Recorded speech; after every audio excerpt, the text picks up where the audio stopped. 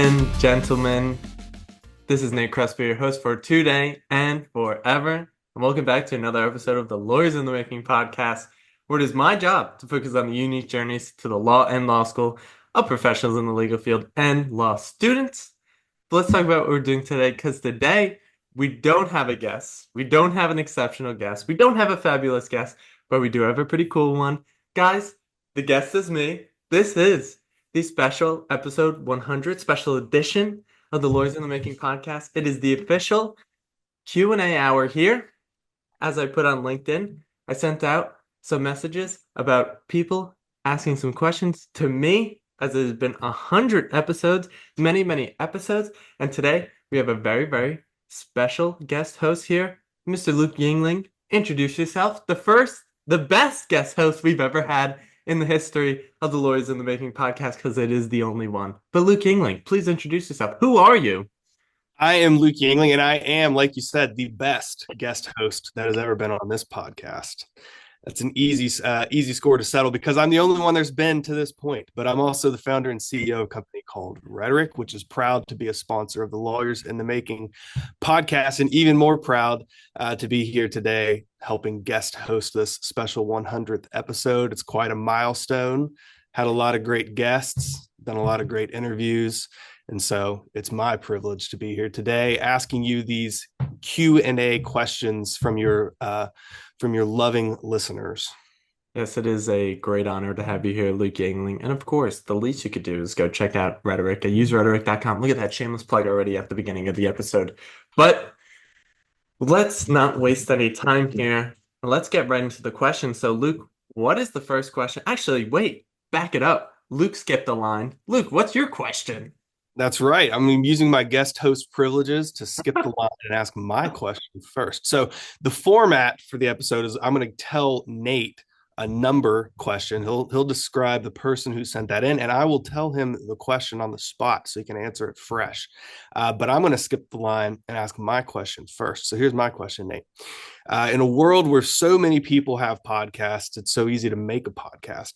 How have you made one that really sticks, that resonates with people? You've gotten to 100 episodes. You've got quite a few sponsors now. How do you make a podcast that sticks?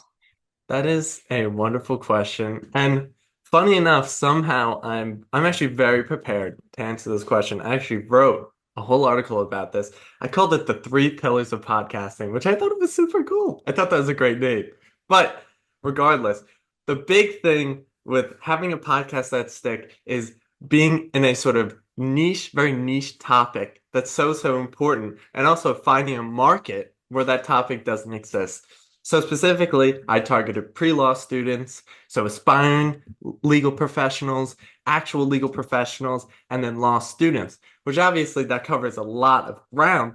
But when I first began the podcast, I didn't really find any podcasts that were geared towards pre-law students, that were geared towards this sort of unique journey as well. I think the concept as well, the fact that it can be sort of put in any industry at all, just the concept itself is very good. But I think within that niche of sort of the legal industry, and as I found out there in my 100 episodes, the legal community on LinkedIn specifically is massive, and there's some massive names as well. But the sort of way that I framed it really helped it stuck with guests that I would invite on, because I thought that was more important, framing in a way where I could sell it to those guests and be like, this would be something valuable. You can come on and where you could express your experiences, talk about sort of the hiccups that you may have had, the success that you had, how you got that success.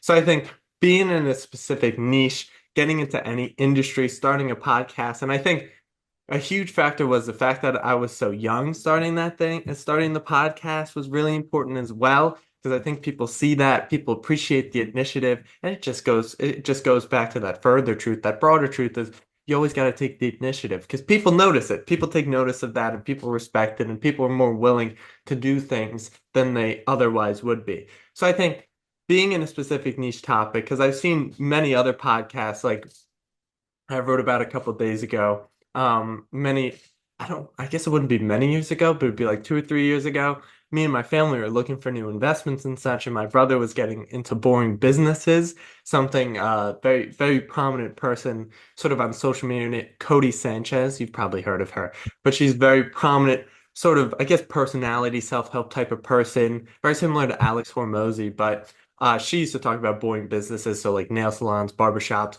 but specifically laundromats. So me and my brother actually visited a couple laundromats, but there was a literal podcast just about laundromats. And this guy ended up making a book, which we ended up buying. So like stuff like that, like very, very specific topics that there's a community there that people talk about it, people are interested about it, people are passionate about it. Obviously, people are very passionate about the law, but that was one of the big things that I found that really made it stick, that really made it stick out as well, that sort of key differentiator that helped me sort of separate myself from other legal podcasts while also still being similar to those legal podcasts. Did I sufficiently answer your question, Luke Yingling? Yes, you did. That's a great answer. And, to boil it down, it's like take the initiative, find the niche in the community you want to be part of. But I think beyond that, I think it's partly just unique to you and your enthusiasm that you have for it. It bleeds through in the stuff that you do. I think it's infectious. I got to tell this story. When I met Nate face to face for the first time, he said, you in person you look kind of like Superman, and I got to tell you, I don't get that reaction from people near often enough. I need more people to say that when they meet me for the first time, but it's all genuine, and I think that comes through in the audio and for your listeners. And I think, for the stuff you write on your blog, it's the same way. So I think that's part of the magic recipe. When you're able to connect with people because you have a passion about the topic and a passion for people, I think it makes sense. It works out. So the next one, this will be like those radio shows where they say the next caller is Steve from Minneapolis, except I'm going to tell you the number first. Get on So the phones. exactly. So let's like drawing numbers out of a hat here. Let's start with number 4. Well, first I just have to say the Superman comment is because you had a little hair hanging on your forehead. I was like, oh, he looks like Superman. Because I get that sometimes. I get that little hair and I look like Superman, but I can't wear glasses. I look real stupid. But number four was sent by the wonderful Annie Bonnett. She is also a pre-law student. She just reached out to me the other day. She's asked me some questions. So thank you, Annie, for reaching out. And of course, for anyone else out there, I'm always willing to answer your questions. I love answering questions. A nice chat's good for me. But number four, sent by Annie Bonnett. What is the question, Luke Yingling? Well, I think this is a good question. So it says, what are some pieces of advice you have heard over and over again from guests on the podcast? The reason I like this question is advice is subjective, but if you hear the same piece of advice from many people, it really stands out. It means something extra. So, what are those pieces of advice you've heard over and over again, Nate? Well, I think one of the biggest pieces of advice that we just talked about before is taking the initiative. So that can come in many different forms. It just doesn't have to come from content creation. Obviously, it's nice to create content. It's nice to get yourself out there.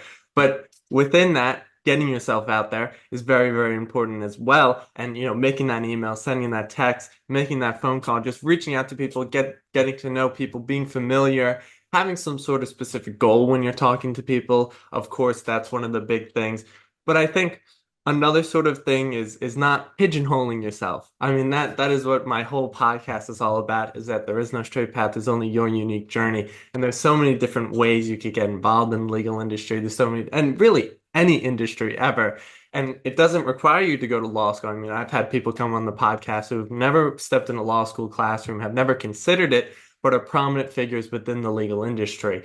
And I think that just goes to sort of not pigeonholing yourself, not feeling the pressure of, oh, I took a bunch of litigation classes, or I've been doing litigation for 5 years. This is what I have to do for the rest of my life. There's no reason to really think that way. Always be able to make that risk, because at the end of the day, if that risk is going to get you happiness, if it's going to bring you success, it's going to make you more productive as a result if you are happier in the place that you're working. If you love what you do every day, you're probably going to be the best at it. And I think that was one of the things that I found over and over again. People kept talking about is, don't pigeonhole yourself. Don't feel stuck in one place. Don't feel like you have to do something over and over again if you don't enjoy it. Make that pivot, make that change, be able to play to your strengths as well. Finding your strengths is really important. I always talk about the significance of finding out what you do want to do with the law and don't want to do with the law. So finding that as well, trying new things is something people talk about over and over and over again. It gets very repetitive,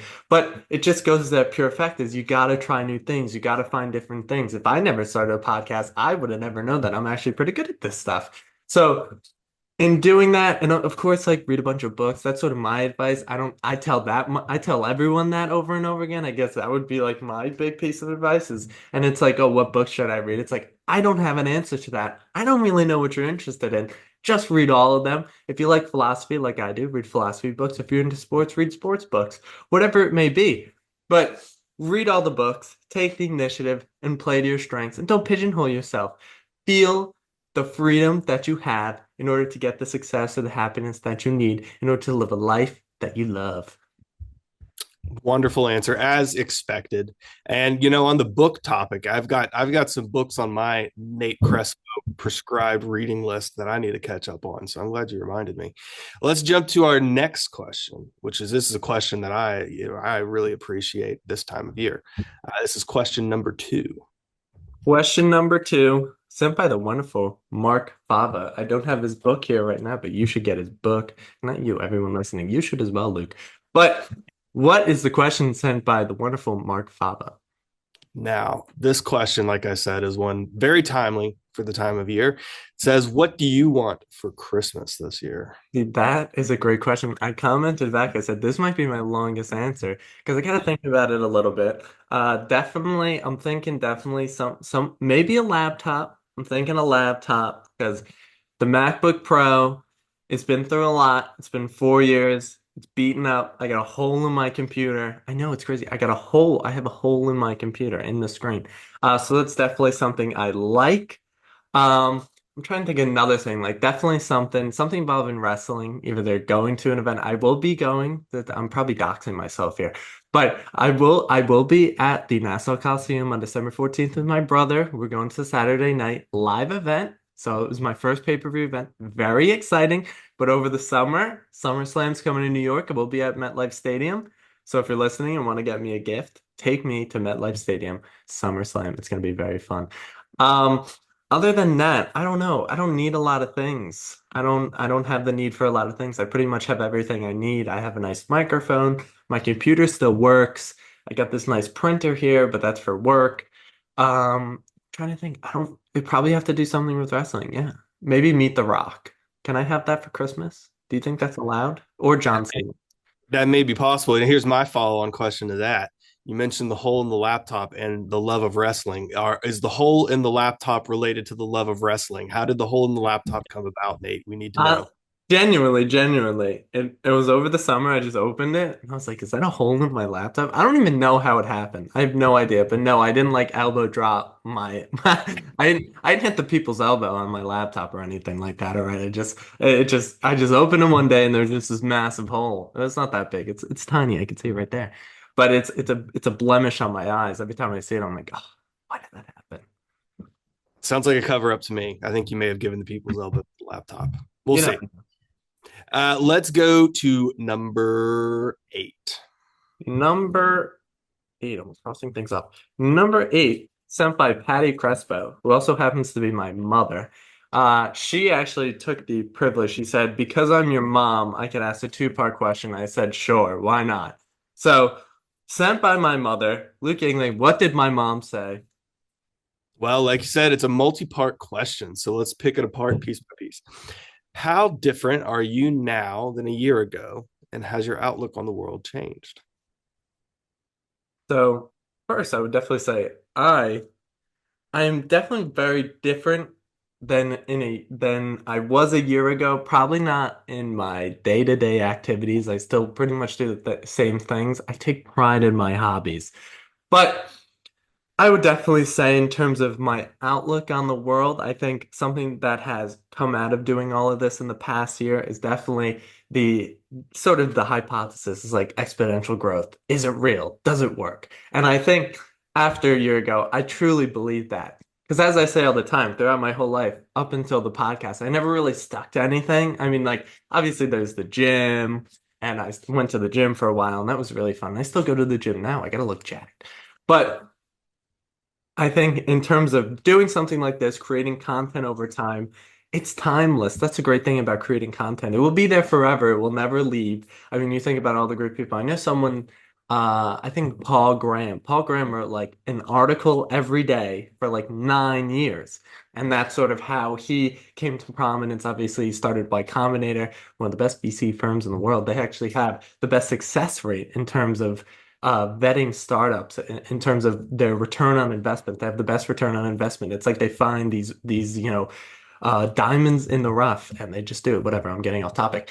But it just goes back to that point that how important exponential growth is, how important being consistent with your work is, whatever it may be, doing it every single day. I know I look back at the LSAT as something that I wasn't consistent with, and looking back, if I was more consistent with it, I probably would have done better. But if I would have done better, I probably would have not started this podcast. So I'm happy I was inconsistent with the LSAT.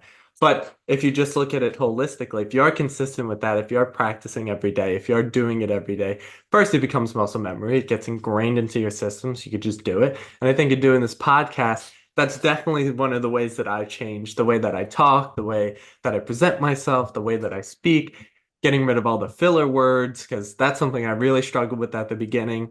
I've never listened to any of my podcasts in full because I feel it's very frustrating for me because I hear myself say a filler word and I turn it off and I go play FIFA out of frustration. Then I whoop some ass. But um in doing so, learning about exponential growth, seeing how important it is, seeing how real it is, how tangible it is. I could feel it, I could touch it. I'm like, wow, like this is real. This is really happening. But I still can't believe everything that's going on anyway. It doesn't make any sense. Usually it doesn't make any sense. That's another thing that I've probably learned that I've changed is a lot of things don't make sense. But sometimes they just happen. You got to accept the way that they happen, positive or negative. I'm like, great, look, that happened. Luck is a strange thing. I was actually watching a podcast the other day. They were talking about luck. They said luck doesn't really exist. There is no there. I know there was a I think it was a scientist or maybe an academic many years ago who literally tried to make a mathematical formula for luck to actually mathematically break it down and prove that luck exists. And he couldn't. He couldn't come to a conclusion. But if you just tell yourself you're a lucky person, you'll probably be more lucky. Something like that. Mindset is also very important. That's something that I've definitely changed. My mindset has changed. I've definitely I tell myself things. The self-talk is so important. Telling yourself you're going to be great, best in the world, and then you become the best in the world. Of course you are, because you've been telling yourself every single day. So things like that, my outlook on the world, sort of like that.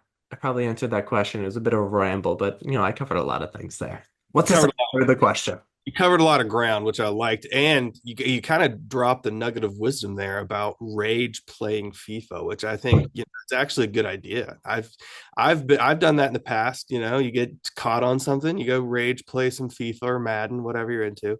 So I actually like that answer. Now the next part to this is: do you have any regrets, whether it's with starting this journey or with a particular interview? I can answer that last part about the particular interview, episode 25. I bet you regret that guy.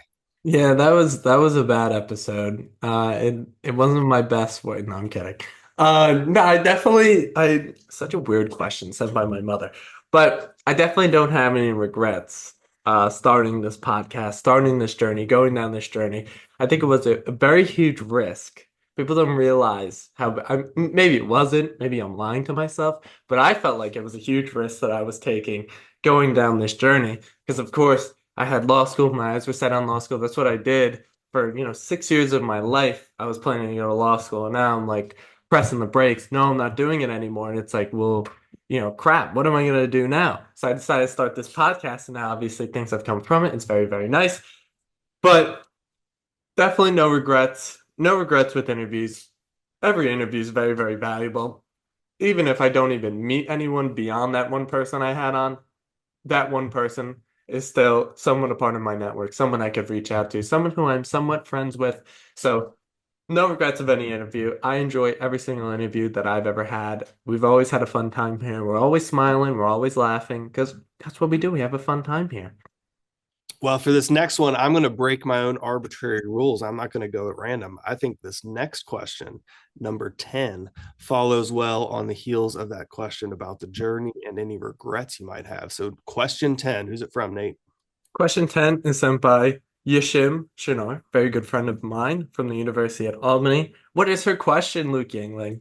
question is, how do you define success? So, as Luke said before, I wanted to answer these questions fresh, but I'll be candid and I'll be honest. I prepared for this question just a little bit, just a little bit. I prepared for this question. And I thought about it like this. How did you define success? Well, there's many different elements to defining success. There's financial success, you got a lot of money. There's family success, you have a nice family. And then there's sort of career success where you get farther in your career, maybe you're a lawyer, you become partner, you become a managing partner, whatever it may be. So there's sort of different kinds of success. And I think the way that I would define success for myself, or the easiest way for me to define success, is have it align with whatever objective goals that I may have. Because of course there are objective achievements. You could write a book and it becomes a New York Times bestseller. That is somewhat of an objective achievement. People can look at that and be like, yeah, that's something that he did. That's something good. That's something that most people don't do or not able to do. There's sort of the top 1% in terms of objective achievements, in terms of things that you do, just like yourself. You started a startup company.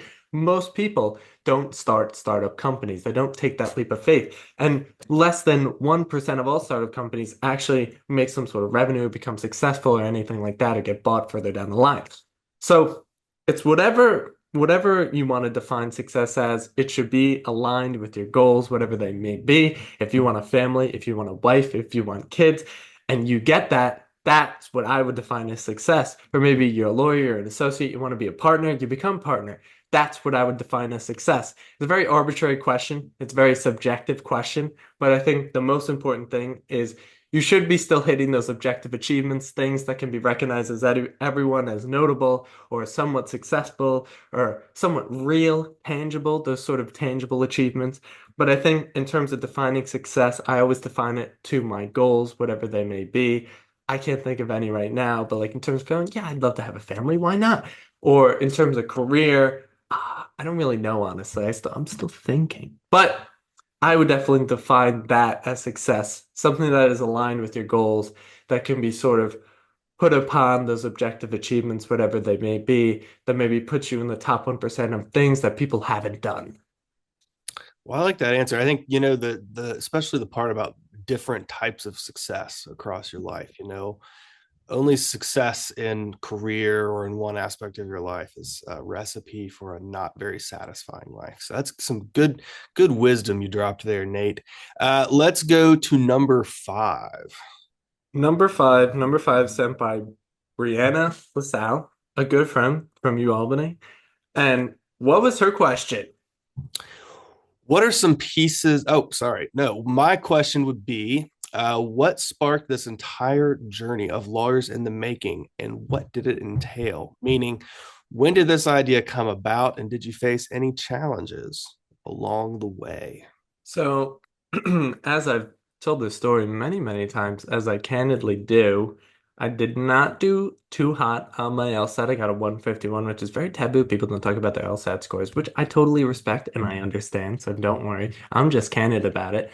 But I did not do too hot. And as a result, and I think I was sort of waning away from the idea of law school because I'm really not the biggest fan of school.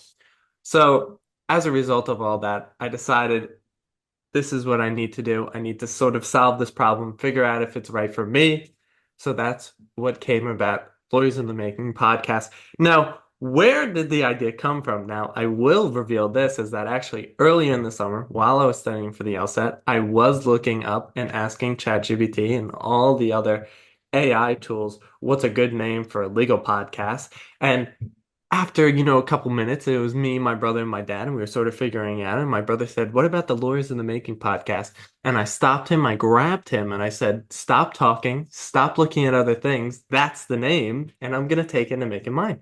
So I was definitely thinking about a podcast for many months beforehand. I've always considered it as something that I wanted to do, creating content, something like that. Obviously, as I tell everyone, I do talk a lot. This is my opportunity to talk a lot, but I do talk a lot. So it sort of suited me well as a podcast to be able to do this, asking questions. I'm a curious guy. I always like learning new things. I always like discovering new things because I got to get closer to that capital T truth. Now we're getting real philosophical on here, Luke Yingling. Why not? But getting closer to the things, the great secrets of the world. Why not figure it out? But any challenges that I faced along the way. I mean, of course, there are many challenges. They're getting acquainted to the whole podcast thing, what the structure should be. I mean, because it was a clean slate that I was working with. I was basically working with nothing. So I had to sort of build the structure, ask questions, be able to formulate questions, be able to figure out what questions are better. There's become many questions that are staples of the podcast now that I figured out that are good questions to ask that reveal many things about people or their experiences, that brings a lot of wisdom out, that brings a lot of great insights, actionable insights for people to follow along with.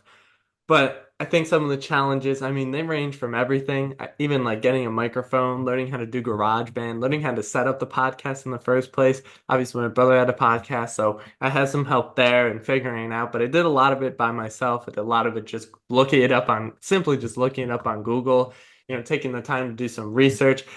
It took a while. It took me a full week just to get the podcast off the ground a little bit. And then going from there, doing outreach, having an outreach message, setting up the notion that I sent to people, like all of that, like they were definitely challenges, definitely obstacles. They may not seem very difficult, but when you're working with absolutely nothing, it's a little difficult at first because you don't really know where to go. You don't really have any direction.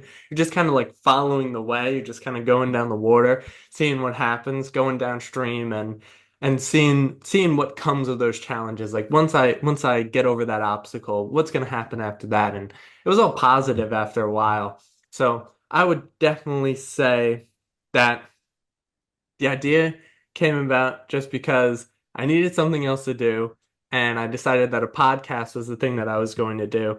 And the challenges were definitely just working with that clean slate. And I guess now the new challenge now is how will I evolve? What other things am I going to do? What other ideas am I going to test out with? Because obviously I love interviewing people, but I want to start trying new stuff out. And I've been looking at other podcasts. That's another big thing that I love doing. I just love stealing things from other people. I think it's great, not actual things, but stealing ideas from people. That's always a fun thing with me. So maybe some masterclass, maybe inviting people who have a specific sort of niche topic that they work with, either like that be legal writing, doing oral arguments, getting through law school, maybe professors, whatever it may be. So now sort of the big challenge now is where do I go from here? Where does the evolution happen? And experimenting with new ideas and see where that's coming from. So I guess there's sort of I'm on a I not that I've hit a plateau, but I'm on a different side of the mountain now as I'm getting up to the peak.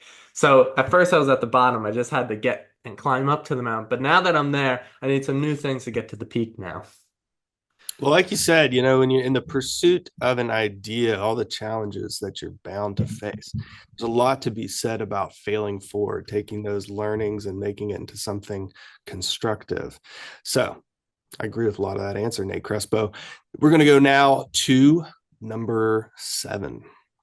Number seven, sent by Dan Crespo, the owner of Preferred Process Servers in Whitestone, New York. I'm always plugging everyone. I'm doing a great job.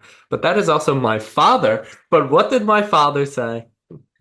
Did you think that you would ever get to 100 episodes? And did you think you would get sponsors? That's a good question, father. But would I ever think that everything I get to 100 episodes? It's hard. It's hard. Oh, I did it. But it's hard to sort of think about that when you're really starting off because you're so laser focused on just getting the next episode out. My goal was always to get out as many episodes as I possibly could, which is not good. I don't suggest that. Don't do that because I'd be dropping 3 episodes in a day. That was the most I ever did was 3 episodes. I'd be like, it's a Lawyers in the Making triple edition, but don't do that. Not good for the algorithm. But in doing so, I just wanted to get out as many episodes as possible. Like, I never really conceived of the idea that I would get to 100 episodes. I just wanted to get to like episode 20. Like, that was just my goal at first. And then once I got to episode 20, it just started rolling. And then once I started doing the 2 a week, it just kept going and going, and the episode numbers get higher and higher. And after a while, I wasn't really even cognizant of what episode I was on. Like, I didn't realize I was getting close to episode 100 till, like, honestly, like 3 weeks ago when I was like, oh my God, like, I'm at 92. I'm going to be at 100 soon. So, all in all, I don't think I was gonna get 100 episodes. It's a hard question because I'm just not thinking about those things when I'm starting the podcast. Of course, would I have wanted to get to 100 episodes? Was that one? I wouldn't say that was like one of my main goals is getting to 100 episodes. I think it was just a second order effect of me doing this podcast and doing it over time. It goes back to that exponential growth, just continuing to do it over and over again, being consistent with it. So I guess I didn't expect 100 episodes, but at the same time, like me doing it consistently every single week, I should have expected it. So I guess I was thinking of it getting to 100. I just knew if I kept doing it eventually, I'd hit that number. But to the second part of that question, did you think I would get sponsored? No, genuinely, at the beginning, that wasn't something I was looking to do. I think as the months went on, it was definitely something that came up in my mind. I mean, if you go to any other podcast, they have ad reads. I mean, all the big podcasts have a ton of ad reads. So it was definitely something that was possible. I didn't think it was impossible at all. I just knew it was a possibility. And then I got my first sponsor, Rhetoric, very nice, after episode 25. But something like that, I think at that point, I was definitely thinking about sponsors. So I definitely would say, it was something in the back of my mind. It was something that I thought about. I just had to wait for that opportunity, to jump on it, take that opportunity and be like, okay, like this is what I'm gonna do. This is how I'm gonna get the sponsors. I think overall it just kind of flowed out of things that I've done. Like I said, the consistency, the initiative. I mean, Lisa Blasser, my second sponsor, she was the one that reached out to me. She offered to sponsor my podcast, which I never would have expected in a million years. So it's just sort of that notion that you just got to keep opening those doors and going through them and see what happens. And that's what came out of it. So it was definitely a thing of not expecting it, but sort of okay, if I keep doing this thing, it may happen, it may not happen. I don't know. Just kind of walking through the darkness and looking for the light and running towards it. Yeah, well, the first part of that answer, I really resonated with me. You talked about learning early on and the amount of content you're putting out. You're doing, a special 3 episode per day thing there for a while. But I mean, it's the same, it's similar to what startups do. You build, measure, learn, rapid iteration, learning and carrying the learnings over to the next thing. So I think that makes a lot of sense. Okay, you already did a name drop on this one for our next question. Who is question number one from, Nate? Question number one is sent from the wonderful and fabulous Lisa Blasser, a sponsor of this podcast. Check it out in the description below. But what is the question, Luke Yingling from the wonderful Lisa Blasser? After meeting and hearing the stories of so many of the goats in our profession, are you still thinking of a career in the law, or are you compelled toward other goals now, and why? And for those of our listeners who may not know what a goat is, it stands for greatest of all times. It's nothing to do with literal goats, if anybody was confused. Nate, what is the answer? Well, I think after that comment, you should have your own podcast. You're great at this. Great at this. But this is like the time-tested question. This is what every single person ever in the history of the world asks me every single day. Am I compelled and still thinking about a career in the law? As I tell everyone, law school's not going anywhere. It's not picking up and walking out of the country. So it will always be there for me. In this present moment, today, on whatever day it is, I keep saying that and don't know what the day it is. It's November 19th. Am I right now compelled towards a career in law? I would say no. Sorry. Sorry to all those lawyers out there that really want me to be a lawyer. I'm just not compelled towards it right now. I'm more compelled to other goals. Why? Because I feel that I'm quite good at this thing, at podcasting, at what I do. And I think I have different skills as well that I have sort of developed over time by doing this podcast, whatever they may be, talking to people. I'm very good at talking to people, and that has a lot to do with sales. So something like that, sort of all those elements, finding out what I'm actually good at, playing to my strengths. Obviously, there are some elements about being a lawyer that has to do with sales, doing oral arguments and stuff. You got to present yourself in a way that would compel the jury to agree with you, or compel the judge to agree with you. But as I say all the time, I'm just not a fan of school. I'm in school right now, but I'd like to get away from school as quick as humanly possible. And as a result, law school is also school. It's in the name. So, like I said, it's not going to be picking up and walking away anytime soon.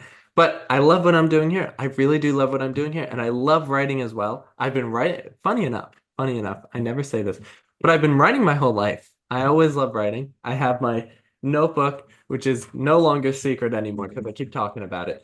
But I have a notebook. I've been writing my whole life. I've been keeping it my whole life. I've had that notebook for like almost 7 or 8 years now. So I got a bunch of ideas in there. So it's just been something I'm doing over and over again. And it reminds me of something, many episodes, I forget what episode specifically it is, but I had Ron Latz and he was talking about his job as a salesman.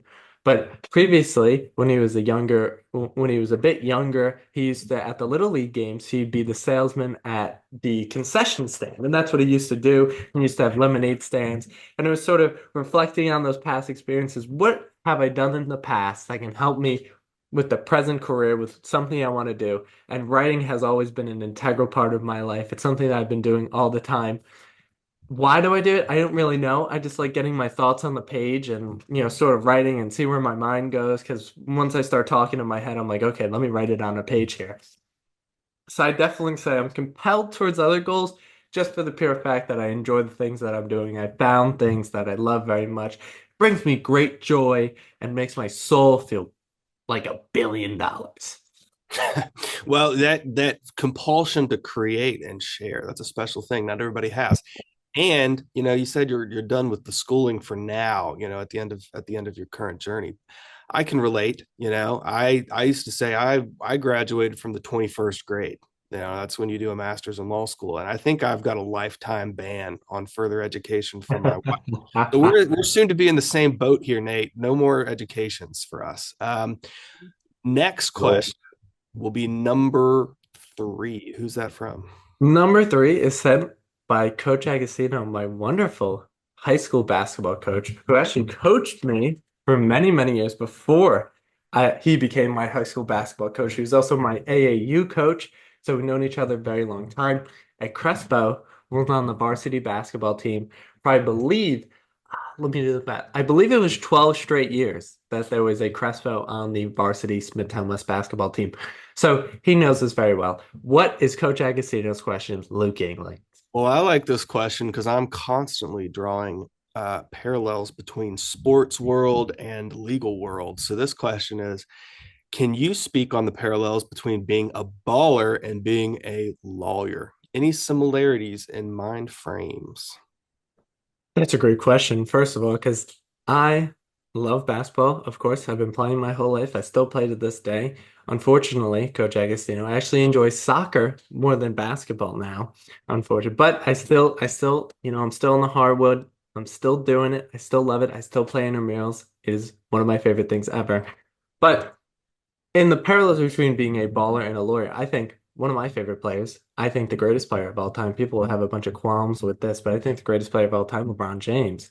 But one of the things he does is he always scans the floor. He's always looking for opportunities. One of the big things he does, I'm going to get real technical here, Luke Yingling. People are getting a masterclass in basketball here. But one of the things he does is he'll set up on the wing and he'll stand there and he'll have the ball. He'll be ready to pass it. He could either do his little shoot thing. We all know what he does. And so something that he does that's very, very important, he's always scanning, but he's always looking for the next opportunity. He's always looking, where are we going to go with the ball? So he's up on the wing. Something that a lot of things happens when you drive to the hoop from the wing is that the weak side corner. So if you're on the left wing, the right side weak side corner, that defender is going to come over to help. And as a result, the defender who's guarding the person on the wing, if they're out of the wing, they're going to jump down. So you got to pass it to the guy on the other wing because he's wide open. So it's being able to see those opportunities is something that's a huge parallel between being a baller and being a lawyer. Being cognizant of those opportunities. Where are things going? Where are things moving? Where can my opportunities come from? I think that's the huge parallel, the sort of mindset of being able, where's that next pass? Where can I find it? Always having your eyes across the floor, seeing where that defender is going, where are things going? It's the same way of being a lawyer in any way that you want to pursue it. If you're doing something that you enjoy, okay, maybe keep pursuing it. It's something like that. It's very similar. It's finding those opportunities, but being able to experiment with new things, make those passes that may be a bit wonky, that may be, you may throw it out of bounds the first times, but the second time around, you know that defender's dropping down, so you got to pass it to the wing. Something like that. The weak side corner is so important, people, when you're playing basketball. It's so, so important. You always got to be looking for the skip pass. Damn. I love that sport. Thank you. Well, I like where you went with the direction with that answer. There are parallels there in the whole career. Think about a career. It's like jazz, it's read and react. It's not a straight line. There's a lot of movement. You got to find the opportunity. You got to read the defense. Got to figure out what you're doing. Weak side corner. Good point. Now, my question now is, can we do episode 101 on the LeBron versus MJ debate? We could even get a special guest who can argue for Bill Russell or something like that. This would be a pretty great episode. Funny enough you say that. It still goes on to this day, me and my brothers versus my father, because he's an ardent supporter of Michael Jordan. He'll never come around to the LeBron James. I think it's indisputable. Personally, I think it's indisputable. You look at the numbers. I mean, he's got the most points of all time. He's one of the most efficient, not efficient, but in terms of his total usage on the court is ridiculous. If you look at the stats of when LeBron James is on the court and when LeBron James is off the court, is actually like it's a bit scary. It's a bit scary.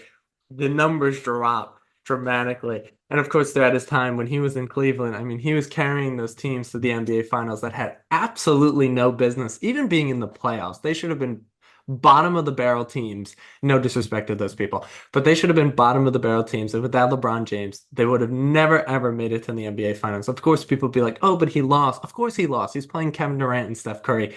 Regardless, it's funny. It's funny you say this because literally last week, my dad sent us this thing he found on like Facebook or Twitter or whatever, and it's like this huge thing. It's like we're gonna end the GOAT debate, and actually Ron was in there too, and he was because he's an MJ guy, so we were going back and forth, and he was just arguing. It was crazy, but it's crazy you say that, bringing up the debate. And to go back to the point, you talked about jazz, one of my favorite things ever.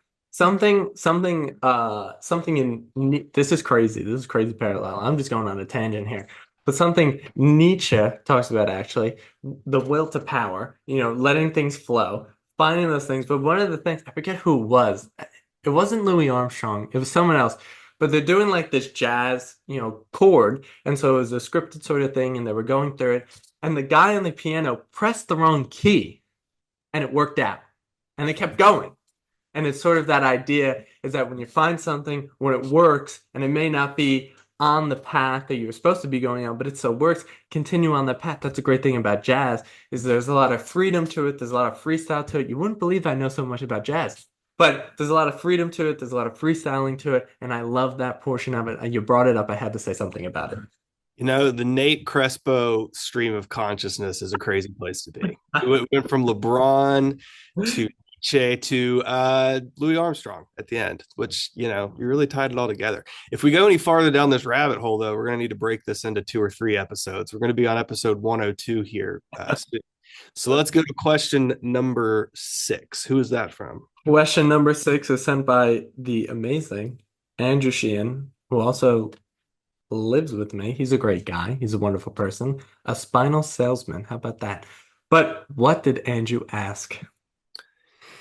The question is, what does a day in the life look like to achieve your maximal productivity, balancing your involvement in academic societies, work engagements, and the podcast everybody knows and loves? Well, he's very, very funny. Very, very funny. But he crafted a wonderful question, I must say. I commend him on that. But what does the day in the life look like to achieve your maximal productivity? Now, I'll be honest with everyone. I am quite the lazy potato. Uh, what does the day in the life look like? I think every single day for me is very, very different. Obviously, I got my things every Monday and Friday from 8 p.m. to 10 p.m. I am on the couch watching wrestling. But other than that, it's usually, waking up, getting into it, whatever I'm going to do. I love the sun. I always try to get into the sun as early as possible, but I would admit I do sometimes wake up a little later in the day. I need my sleep. I love my beauty sleep. So I can't really say what a day in the life looks like because every single day is completely different. Nothing is ever consistent. Nothing is ever the same. But that's my favorite part about the days because I never know what's going to happen next. Something could just come up and it's like, all right, now I'm working on this and now I'm working on that. But I usually like to carve out, 2 to 3 hours every single day to really get some deep work in. I know people love talking about deep work. It's one of those buzzwords that people love talking about. I'm forgetting his name. I'm forgetting the podcast guy's name. We used to talk about it all the time, and now he's totally, he's not irrelevant now. He's very, very relevant. But it's a big thing, productivity. My big thing is I just usually carve out some time during the day, 2 to 3 hours, just get all my work done, whatever it may be, get my work done for the week. But I love spending time with people. So I always make a huge effort to get my work done, be efficient in that time, throw my phone away, get my classical music on, and lock in. Wow, the obvious follow-up question to that is what kind of classical music are you into now? I didn't know this. We learned about your jazz interest. Let's hear about your classical music interest now. So I primarily use SoundCloud, contrary to popular opinion. But it's for totally different reasons. It's because of the music I listen to and the things that I do in the music industry. But in doing so, I usually start off with some Beethoven or some Mozart. I'm forgetting the name of the specific Beethoven. It's like dun, I'm not gonna do it. But usually you've heard it. You've heard it in many, movies and stuff, but usually I go from there. One of my favorite songs actually, and one of my favorite composers is Vivaldi. I just found him. He's completely new to me. His summer, his winter, he actually has a whole thing where he goes through all the seasons. That's one of my favorites. But I just love classical music. It inspires me. I feel like it connects something with like my nerves. Like it's making neural connections as I'm listening to it. One of those things. I mean, there has been many, many studies out there that talk about the benefits of classical music, listening to classical music when you work. They're hugely beneficial. There's something spiritual about it too. I don't know why. It's timeless music. It's stuff that become before everything else. And I just love listening to stuff and love reading about stuff that is timeless because things like that, those are the most valuable pieces of information you can have. So definitely Vivaldi's one of my favorite. I've been listening to a lot of like waltzes and stuff, which that's like a type of dance, but I guess it's a type of music too. I don't really know. I've been getting into Dancing with the Stars a little bit too. But they have the waltzes. I've enjoyed that very much. I'm trying new stuff out. Always trying to find new classical music. So if you have recommendations, let me know. But those are definitely some of my favorites so far. But I usually go down the same path. I love Beethoven. I love Mozart. I love the ninth. I believe it's the Ninth Symphony. That's like one of my favorite things ever. The one I listen to specifically is from the Australian Opera, which is very, very good. They're all very, very talented people. I suggest it for everyone. But that's one of my favorite things. 25 minutes straight through make me feel like amazing. One of my favorite things about that was the bit about how beneficial classical music listening can be. And I think I read once before that 30 minutes of uninterrupted classical musical listening per day has similar benefits to taking a low dose SSRI, an antidepressant medication. That's pretty amazing. And then my other favorite part about what you said is that you listen to it on SoundCloud. That was out of left field. Are you on SoundCloud so that in case Mozart drops the next big hit on SoundCloud, you'll be the first to hear it? Is that the thinking there? Funny enough, no, by the way. But funny enough, the first time I ever got into classical music, I listened to Mozart. I was looking for the Ninth Symphony, and when I was trying to find the one that was by Mozart, I was being a total idiot. So I'm looking, I'm like, where's the one by Mozart? Because I'm thinking, like, I gotta find the one that he made. It was like his composition. Of course, there is nothing like that out there. It's from the 1700s. They didn't record it with anything. So I took like 30 minutes trying to find this, and then I finally realized I was like, oh wait, like people just do this now. Like it's just like it's a piece of sheet of music that people just follow. So that was one of the funny things in my classical music journey is I first started off with trying to find the specific artist, specific composition with his specific, symphony, whatever it may be, that doesn't exist. That's not a thing. But I use SoundCloud for the type of music that I listen to. It's usually not on the streaming platforms most people use, like Apple Music and Spotify. It is the underground rap. Luke Yingling knows so much about it because I tell him all about it. I let him know. I fill him in. But that's my favorite kind of music. I listen to it all day because it's great. It's great. It's young people. They're doing great things. It's very innovative. Some of the most innovative music I've ever heard because it's going to be the culture soon. It's going to be taking over the mainstream. I mean, we all know the mainstream artists, but these young guys coming up, they're going to be the next big things. We're covering the past, present, and future of music here, unexpectedly on the Lawyers in the Making podcast. That will take us to our final question. Question number 9. Who's this from? This is sent by Amberliss Tapia, a good friend of mine from the University at Albany, but what did she ask? How does someone who wants to start a podcast go through the process of making one? What is the biggest obstacle concerning making a podcast? So, for someone who wants to start a podcast, it's a very simple thing. You need a microphone, you need a computer, and you need a RSS sort of platform, whatever that might be. I use Substack. Some people use RSS. Some people use Spotify. Some people use Apple Podcasts, which I don't suggest. They're just terrible. But no fault of their own. It's just not a good product. But that's pretty much simply it. And you just need a guest. If you're doing it solo, you don't need a guest. You just need a topic. You need to know what you're talking about. Try to get into those niches, as we were saying before, but something to build off of, something to talk about. It's very, very simple. There's not much that goes into it. Just takes a little thinking, takes a little time, takes a little research. And then if you have a Mac, everyone has GarageBand on their Mac. If you don't have a Mac, you can use Riverside. Everyone has it. It's for free. You can record on there, whatever it may be. You get the audio tracks, you put it in, and that's pretty much it. If you want to edit it, like I said, you got GarageBand. There's so many resources out there that you could use. You got the whole worldwide internet at your feet, so use it as much as you can. And the biggest obstacle, I would definitely say at the beginning, the biggest obstacle, which I didn't have much difficulty with, but after a while I kind of did, but getting guests was always a big obstacle for me, reaching out to people, finding availability. I finally started using Calendly in like February after months of not realizing that might be a good idea. So coordinating times was always like a big sort of thing. It's like, oh, I'm free this time. And they're like, no, I'm not free this time. Like, okay, what about this time? Like, no, I'm not free that time. So sort of figuring that out as well was like a huge obstacle for me. I don't think there was anything like huge or massive that I found to be like an obstacle. Obviously, figuring things out is always a huge obstacle, but that's where the fun comes in. That's where the joy of doing this podcast is figuring things out, discovering things out, building those skills because they're tangible, they're usable, and they lead to actionable insights. Thank you. Read the Lean Startup. That was a great exclamation point on our final question from your rabid fans, Nate. And in conclusion, I'd say congratulations on reaching 100 episodes. You had an amazing guest host today and an even more amazing guest, which was you, Nate. Congratulations on 100. Thank you so much, Luke Yingling. That was so nice of you. And thank you for being the guest host. You were fabulous. You were the best one we've ever had. The best one we've ever had. And look, the fireworks are going off. But that is it. That is the episode. That is the podcast. Thank you for everyone who sent in your questions. I appreciate it so much. I hope you enjoy my answers.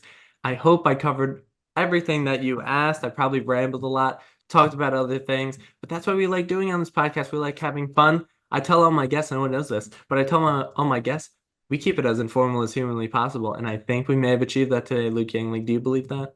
I believe it 100%. Believe that. So, other than that, thank you all for tuning in. Thank you all for listening. Thank you for giving my voice and Luke Yingling's voice to your wonderful ears. And check us out, lawyersinthemaking.substack.com, lawyersinthemaking, one word, substack.com. And I will see you all in the next one.